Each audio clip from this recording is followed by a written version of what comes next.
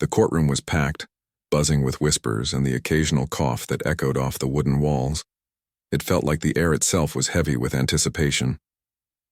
Karoline Leavitt sat at the plaintiff's table, her hands clasped tightly together, to hide their trembling.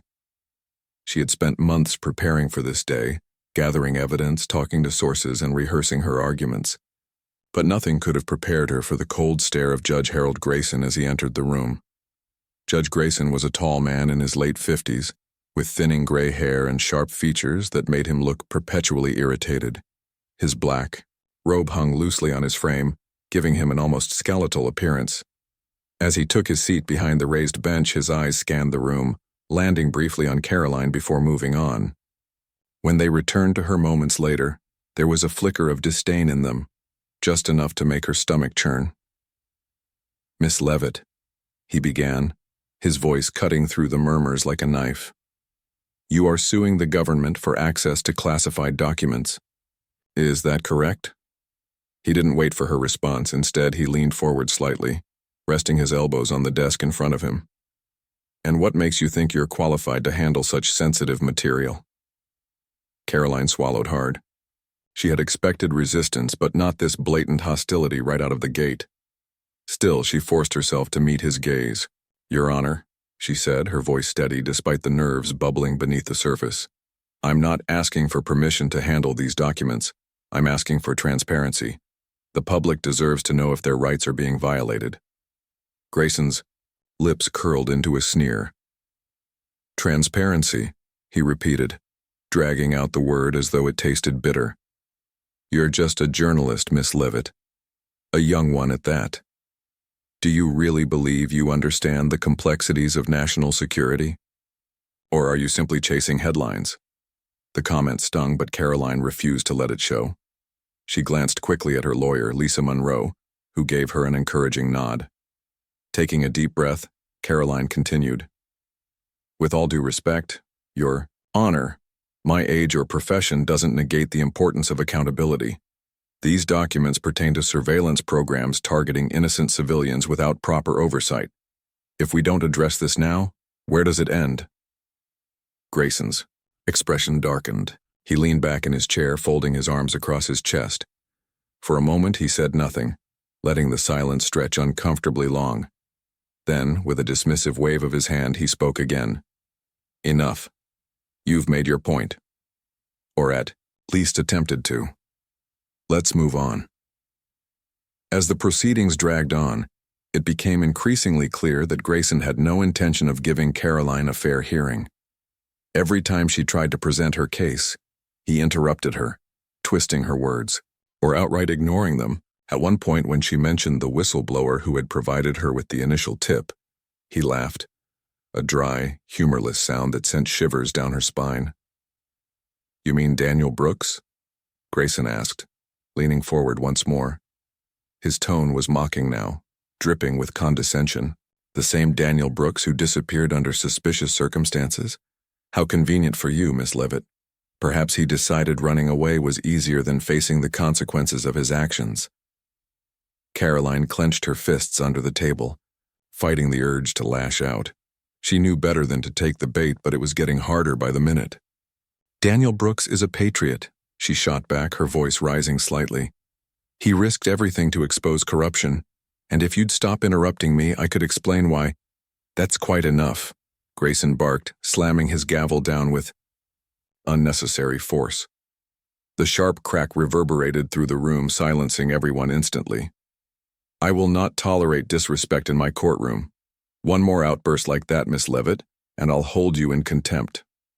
Lisa placed a calming hand on Karoline's arm, silently urging her to stay composed. Outside the courthouse, cameras flashed as reporters jostled for position, eager to capture any snippet of drama spilling out from inside. Among them stood Pam Bondi, a woman whose presence commanded attention even from afar. Dressed impeccably, in a tailored suit, she watched the live feed of the trial on a tablet held by one of her assistants. Her face remained impassive, but her eyes gleamed with interest. "She's persistent," Pam remarked casually, addressing no one in particular. "But persistence won't save her." Without elaborating, she handed the tablet back to her assistant, and strode toward the courthouse entrance, her heels clicking against the pavement. Whatever role she intended to play in this unfolding drama, it was clear she wasn't going to sit idly by. Back in the courtroom, Karoline struggled to maintain her composure as Grayson continued his tirade. Each barbed comment chipped away at her confidence, but she reminded herself why she was here. This wasn't just about her. It was about exposing the truth, no matter how powerful the forces working against her might be. She glanced at the flash drive tucked safely in her pocket, its weight both comforting and daunting. Somewhere within those tiny circuits lay the key to unraveling a web of lies. All she had to do was survive this courtroom battle long enough to use it. For now, though, survival seemed like a distant hope. Image description for Leonardo AI. A tense courtroom scene with a young female journalist sitting at a plaintiff's table, looking determined yet nervous. Behind her stands a middle-aged male judge wearing a black robe, his expression stern and unyielding as he glares down at her. The courtroom is filled with spectators, some whispering among themselves while others watch intently. Sunlight streams through large windows, casting golden hues over polished wooden benches and desks. In the background, a group of reporters huddles near the exit, holding microphones and cameras capturing every moment of the dramatic trial. Karoline's heart raced as she tried to keep her focus. The courtroom felt suffocating. Every word Judge Harold Grayson spoke like a punch to her resolve. But deep inside, she clung to the knowledge that she wasn't fighting this battle alone.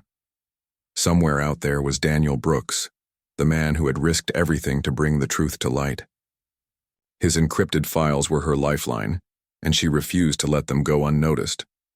As the trial dragged on, Karoline saw her chance. Lisa Monroe, her lawyer, had been preparing her for this moment for weeks. When Grayson paused briefly to shuffle through some papers, Karoline leaned forward, her voice firm despite the tremor in her hands. "Your Honor," she said, loud enough to draw everyone's attention, "I'd like to present evidence that directly supports my claims." Grayson froze, his pen hovering mid-air. Slowly he looked up, his eyes narrowing. "What kind of evidence?" he asked, suspicion heavy in his tone. Karoline reached into her pocket and pulled out the small flash drive, holding it up for everyone to see, she continued.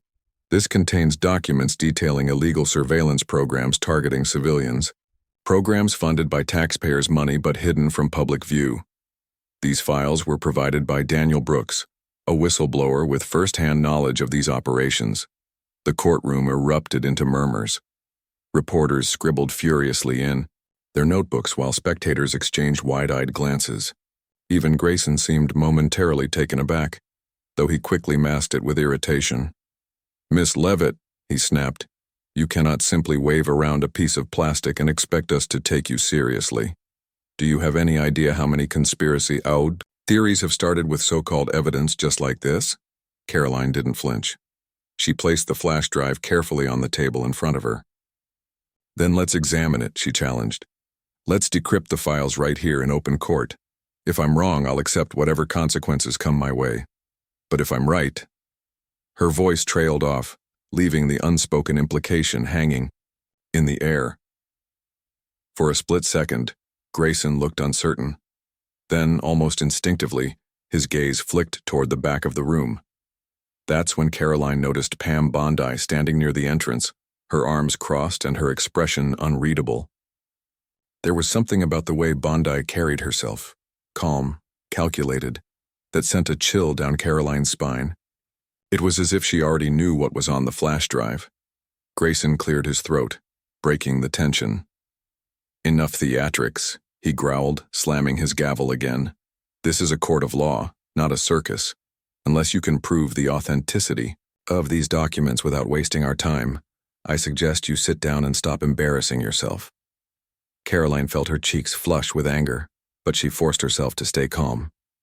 She glanced at Lisa, who gave her another subtle nod. They had prepared for this reaction too. Lisa stood up, addressing the judge. "Your Honor, we request permission to submit the flash drive as evidence. A qualified expert can verify its contents under oath."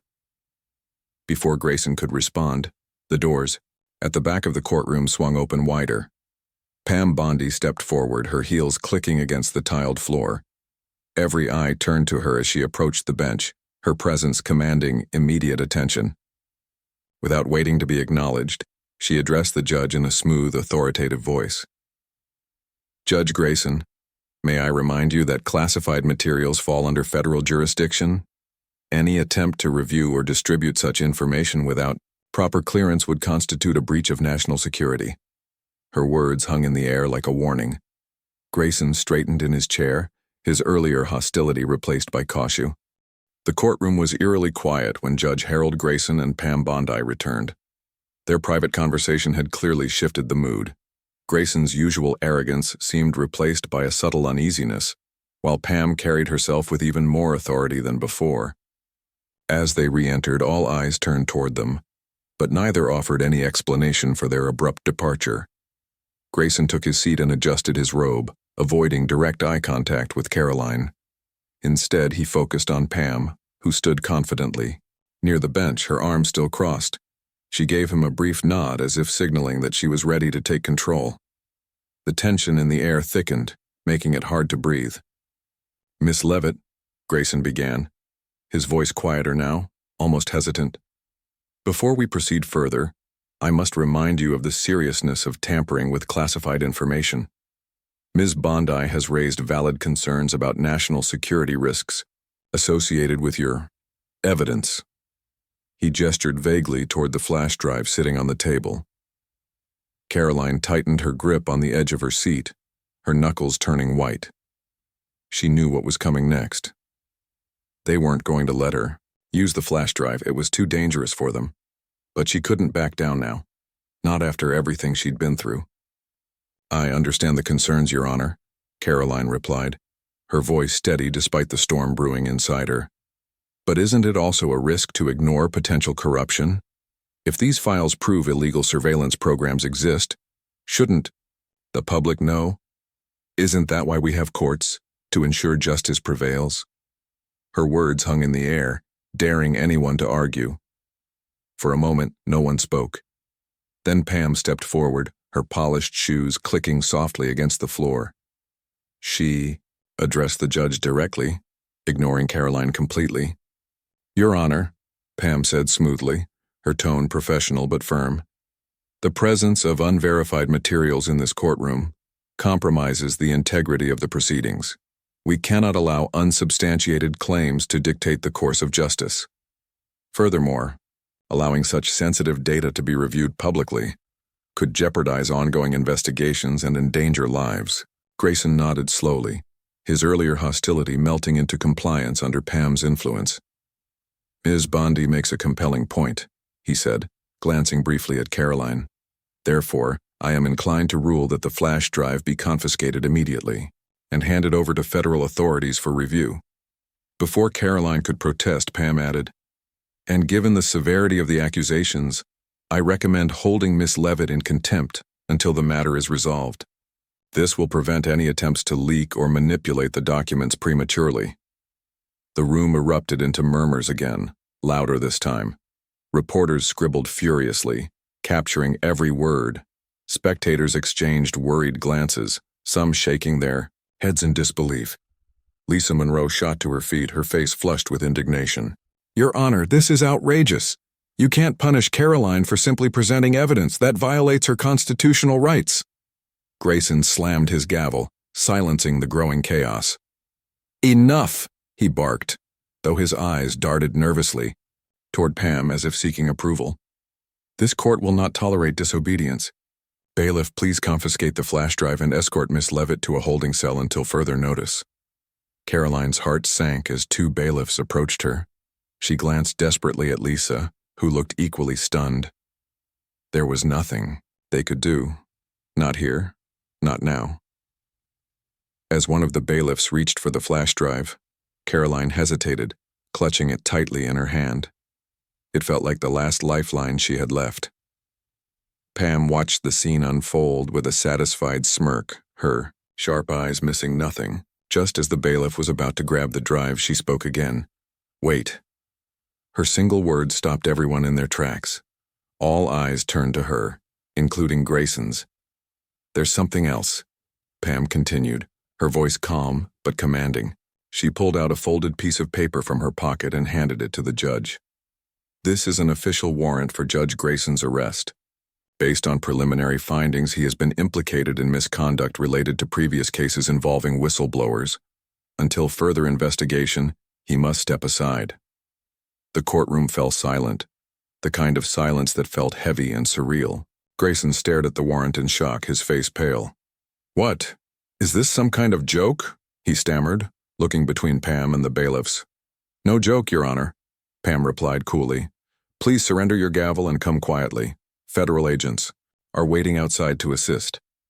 For a moment, Grayson looked like he might resist, but then reality set in. With visible reluctance, he handed over his gavel and allowed the bailiffs to lead him away. The entire courtroom watched in stunned silence as the once imposing figure of authority shuffled out, his head bowed in shame. As soon as Grayson was gone, Pam stepped up to the bench, taking charge effortlessly. "In light of recent developments," she announced, addressing the crowd, "this trial will continue under my supervision. Order will be maintained, and justice will prevail." Her gaze landed firmly on Karoline, who sat frozen in her seat, unsure whether to feel relieved or terrified. Lisa leaned over and whispered urgently in Karoline's ear, "We need to act fast. Whatever Pam's planning, it's not good for us." Karoline nodded, her mind racing. She tucked the flash drive securely into her pocket, knowing it was now more important than ever. Whatever happened next, she couldn't afford to lose it. Image description for Leonardo AI. A tense courtroom scene where a young female journalist sits at the plaintiff's table, clutching a small silver flash drive protectively. Near the bench stands a confident woman in a tailored suit, Pam Bondi, holding a folded document, her expression calm yet authoritative. Two bailiffs escort a shocked male judge in a black robe out of the courtroom, his face pale and defeated. Reporters and spectators in the background watch in stunned silence, their faces filled with disbelief. Sunlight streams through large windows, casting golden light across wooden benches and desks. The atmosphere is heavy with tension, marking a dramatic turning point in the trial. The courtroom was in chaos. Pam Bondi stood confidently behind the judge's bench, her presence dominating the room like a storm cloud ready to unleash its fury. Reporters scrambled to capture every detail, their cameras flashing wildly as they tried to make sense of what had just happened. Spectators whispered among themselves, some cheering quietly at Judge Harold Grayson's downfall, while others looked on with unease, unsure of what this meant for Karoline Leavitt. Karoline sat frozen in her seat, still gripping the flash drive tightly in her pocket. Her mind raced as she replayed the events in her head. One moment she was fighting against an unfair trial. The next, Pam Bondi had turned the tables entirely by arresting the judge. It felt surreal, almost too good to be true. But deep down, Karoline knew better. Pam wasn't helping her. She had her own agenda, one that likely involved burying the truth deeper than ever before. Pam raised her hand slightly, signaling for silence. The room quieted almost instantly, everyone eager to hear what she would say next. "This court will continue. Under my supervision," she announced, her voice calm but firm. "However, due to the sensitive nature of the evidence presented today, we must ensure proper protocols are followed. Miss Leavitt, you will surrender the flash drive immediately so it can be reviewed by federal authorities." Karoline's heart sank. She should have seen this coming. Pam's sudden intervention wasn't about justice, it was about control. If the flash drive fell into Pam's hands, there was no telling what would happen to the files inside. Would they disappear, be altered, or simply locked away forever? Lisa Monroe leaned over and whispered urgently, "Don't give it to her, not yet. We need time to think." Karoline nodded almost imperceptibly, keeping her face neutral. She couldn't hand over the flash drive, not without a fight. Summoning every ounce of courage she had, she stood up slowly, drawing all eyes toward her. "Ms. Bondi," she said, her voice steady, despite the fear bubbling inside her. "I respect your position, but I have serious concerns about handing over this evidence. Given the circumstances, how can I trust that it won't be tampered with or hidden? Pam's lips curled into a thin smile, though her eyes remained cold. Miss Leavitt, your lack of faith in our system is disappointing. Rest assured the review process will be transparent and conducted by experts. Any attempt to withhold evidence will only delay justice further and reflect poorly on your credibility. The threat was clear: cooperate or face the consequences. Karoline glanced at Lisa, who gave her a subtle nod. They both knew they were running out of options. If they didn't act quickly, Pam would take the flash drive by force and Karoline would lose her last chance to expose the truth. Just then, a commotion near the back of the courtroom caught everyone's attention. A man in a dark suit pushed his way through the crowd, heading straight for Pam. He whispered something in her ear, his expression urgent. Pam's demeanor shifted slightly, her confidence faltering for the first time. She nodded briskly and turned to address the bailiffs. "Secure the exits," she ordered. "No one leaves until this matter is resolved." Karoline's stomach churned. Whatever the man had told Pam, it wasn't good news. For her, something big was happening, and she needed to get out of there. Now. Lisa grabbed Karoline's arm and pulled her close. "We need to move," she whispered. "Follow my lead." Before anyone could react, Lisa stood up and Adra. The elevator doors slid shut with a soft ding, sealing Karoline and Lisa inside. The confined space felt suffocating, the silence broken only by the faint hum of machinery as they descended. Karoline's mind raced, replaying Pam Bondi's cold stare and the urgency in the man's whispered warning. Whatever was happening, it wasn't just about the flash drive anymore. It was about survival. Lisa pressed another button on the elevator panel, stopping it between floors. She turned to Karoline, her expression serious but calm. "Listen carefully," she said, lowering her voice even though no one else could hear them. "We don't have much time. Pam's team will figure out we're gone soon, and when they do, they'll come after us. That flash drive is our only leverage right now. If we lose it, we lose everything." Karoline nodded, clutching the small device tightly in her pocket. "What's the plan?" she asked, trying to steady her breathing. "We need someone who can decode those files quickly, someone trustworthy who won't ask too many questions. There's a guy named Ethan Cole. He used to work for an intelligence agency but got burned when he tried to blow the whistle on unethical practices. Now he works freelance, helping people like you expose corruption. He owes me a favor, so he'll help. If I ask, where is he?" Karolina asked, already feeling a glimmer of hope. "He lives in the city but not far from here," Lisa replied. "We'll take the service exit and grab a cab. Once we get there, we explain everything and let him handle the decryption. But remember, he's not exactly fond of authority figures. Don't mention Pam or the courtroom unless absolutely necessary." Before Karoline could respond, the elevator shuddered slightly, startling both of them. Lisa cursed under her breath and hit the door open button repeatedly, but nothing happened. They were stuck. "This isn't good," Lisa muttered, checking her phone. No signal. "They must have cut the power to trap us." Karoline's heart sank. It was as if Pam had anticipated their every move. Just as panic began to creep in, a loud bang echoed through the shaft above them. Someone was forcing the outer doors open. "They're coming," Lisa whispered urgently. "We need to get out of here now." She pulled a small multi-tool from her bag and pried open the emergency hatch on the ceiling of the elevator. Climbing onto Karoline's shoulders, she pushed herself up into the dark shaft. Once she was safely perched on top, she reached down and helped Karoline join her. The air in the shaft smelled damp and metallic, the walls lined with cables and gears. Lisa pointed upward. "There's an access ladder about 10 feet above us. We climb up, find the next floor, and make a run for it." Without hesitation, Karoline followed her lead, gripping the cold metal rungs tightly as they ascended. Her arms burned with effort, but adrenaline kept her moving.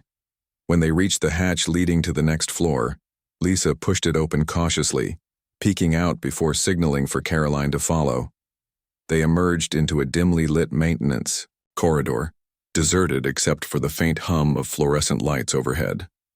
Lisa motioned for silence as they moved swiftly toward the nearest exit. Every step felt like it might be their last. each shadow threatening to reveal pursuit. Finally, they burst through a heavy metal door and found themselves in a narrow alley behind the courthouse. The cool night air hit Karoline's face, bringing a brief sense of relief. Across the street, a taxi idled near the curb, its driver scrolling on his phone. "Taxi," Lisa called, waving frantically. The driver looked up, startled, then nodded and pulled over. They climbed in quickly, Lisa giving him an address before leaning back in her seat, exhaling deeply. As the taxi sped away, Karoline stared out the window at the passing city lights. For the first time since the trial began, she allowed herself a moment of quiet reflection. What would happen if the files were real? Could she really bring down the powerful forces working against her? Or would she end up like Daniel Brooks, missing, forgotten, silenced? The taxi ride felt endless, each passing minute stretching into an eternity. Karoline sat in the back seat, her fingers wrapped tightly around the flash drive as if it might vanish at any moment. Lisa kept glancing out the window, scanning for signs of pursuit. So far, they seemed to be in the clear, but neither woman dared to relax. When the taxi finally pulled up to a small, unassuming building on the outskirts of the city, Karoline felt a mix of relief and unease. The sign above the door read, "Ethan's Tech Solutions," though it looked more like a forgotten corner of the internet than a legitimate business. Faded neon letters flickered weakly, casting an eerie glow over the cracked pavement outside. Lisa paid the driver and stepped out first, motioning for Karoline to follow. They approached the entrance cautiously, Lisa knocking firmly on the metal door. After a few moments, the sound of footsteps echoed from inside, followed by the click of locks being undone. The door creaked open to reveal Ethan Cole, a tall, wiry man in his mid-30s with scruffy hair and glasses perched crookedly on his nose. His clothes were rumpled, and he carried a cup of coffee that smelled burnt. "Lisa?" he asked, raising an eyebrow. "What are you doing here, and who's this?" He gestured toward Karoline, his tone curious but guarded. "This is Karoline Leavitt," Lisa said quickly, stepping inside and pulling Karoline after her. "We don't have time for pleasantries, Ethan. We need your help, right now."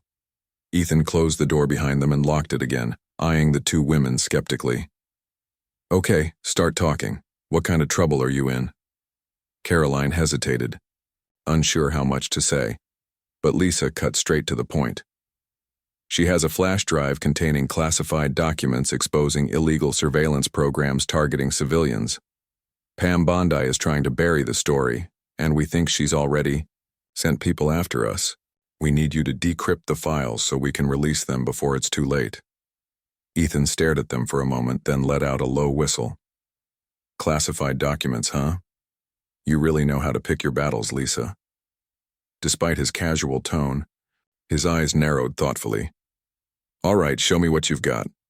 Karoline handed over the flash drive, watching anxiously as Ethan plugged it into an old but highly modified computer setup on his cluttered desk.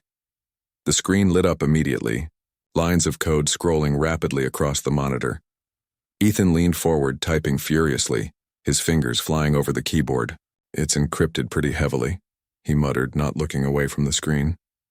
"Whoever did this knew what they were doing. It'll take some time to crack it." "How long?" Karoline asked, her voice tight with impatience. Ethan shrugged. "Could be hours, could be days. Depends on how deep they buried it." "We don't have days," Lisa snapped. "Pam Bondi isn't playing games. If she finds us, she'll stop at nothing to get that drive back." Ethan nodded grimly. "Then I'd suggest finding somewhere safe to hide while I work. This place isn't exactly Fort Knox." As if on cue, the distant sound of screeching tires reached their ears. All three froze, exchanging worried glances. Ethan moved to the window, peeking through the blinds. Outside, two black SUVs had pulled up, their headlights cutting through the darkness. Men in suits climbed out, scanning the area with purposeful strides. "They're here," Ethan whispered, turning back to the others. "You need to go now." "But the files," Karoline protested, panic rising in her chest. "I'll handle it," Ethan interrupted, grabbing a backpack and stuffing the laptop inside. "I'll meet you at Rachel Meyer's cabin. She's a retired journalist who lives off-grid about 2 hours from here. Lisa knows where it is. Once I've finished decrypting the files, I'll bring them to you there. Lisa grabbed Karoline's arm, pulling her toward a side door. Trust him, she urged. He's good at what he does. Before Karoline could respond, Ethan shoved the backpack into her hands. Go. I'll draw them away if I have to, but you need to disappear. With no time to argue, Karoline followed Lisa out the side door and into the night. Behind them, Ethan opened the front door just wide enough to toss something, a smoke bomb maybe, onto the street. Chaos erupted as the men in suits scrambled to regroup, giving the women a chance to slip into the shadows unnoticed. They ran until their lungs burned, finally reaching a quiet residential neighborhood where Lisa flagged down another taxi. They sped away. Karoline glanced back one last time, wondering if Ethan would make it out alive. She clutched the backpack tightly, praying the files inside would be enough to change everything, or at least keep them all safe long enough to. Tried on image description for Leonardo AI, a dimly lit tech workshop filled with cluttered desks and glowing computer screens.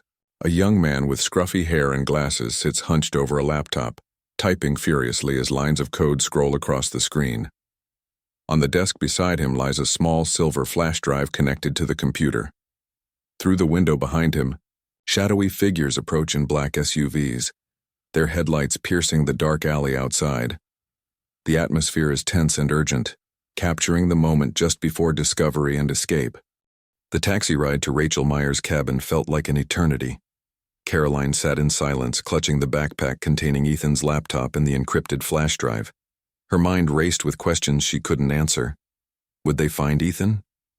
Had he managed to escape? And most importantly, would the files on the drive be enough to expose the truth? Or were they walking straight into another trap? Lisa stared out the window, her face tense but resolute. She had called Rachel ahead of time, explaining only that they needed a safe place to stay. The retired journalist hadn't asked for details. She simply agreed to help without hesitation. That gave Karoline some comfort, knowing there was still someone out there willing to fight for justice. When the taxi finally pulled up to a secluded cabin nestled deep in the woods, relief washed over Karoline. The cabin was small but cozy, with warm yellow light spilling from its windows and smoke curling lazily from the chimney. It looked like a place untouched by the chaos of the outside world, a sanctuary. Rachel greeted them at the door, a wiry woman in her 60s with sharp eyes and a no-nonsense demeanor. "Come in," she said briskly, ushering them inside. "We don't have much time." The interior of the cabin was simple yet functional. A wood-burning stove crackled softly in the corner, warming the room against the chilly night air. Maps, newspapers, and old photographs covered nearly every surface, evidence of Rachel's lifelong dedication to uncovering the truth. She gestured for them to sit at the kitchen table, where a pot of coffee steamed invitingly. "Tell me everything," Rachel said, pouring 3 mugs of coffee and sliding one toward each of them. Her tone was calm but firm, leaving no room for hesitation. Karoline took a deep breath and began recounting the events of the past few days: the trial, Judge Grayson's hostility, Pam Bondi's intervention, and their narrow escape from Ethan's workshop. As she spoke, Rachel listened intently, nodding occasionally but never interrupting. When Karoline finished, Rachel leaned back in her chair, her expression thoughtful. "You've walked into something bigger than you realize," she said finally. "Pam Bondi doesn't operate alone. She's part of a larger network, one that will stop at nothing to protect itself. If those files are as explosive as you say, releasing them could change everything. But it could also put all of our lives in danger." "We know the risks," Lisa replied, her voice steady. "But we can't let fear stop us. Too many people have already sacrificed too much for this." Rachel studied them for a moment before nodding slowly. "All right, let's assume Ethan manages to decrypt the files. What's your plan once you have the information?" Karoline hesitated, unsure how to answer. She hadn't thought that far ahead. All she knew was that the truth had to come out, no matter the cost. "We'll release it online," she said finally, "to multiple platforms at once. Independent news, outlets, whistleblower sites, social media. If we spread it wide enough, they won't be able to bury it. Rachel nodded approvingly. Good thinking, but timing is critical. You'll need to act fast and make sure the files are backed up everywhere possible.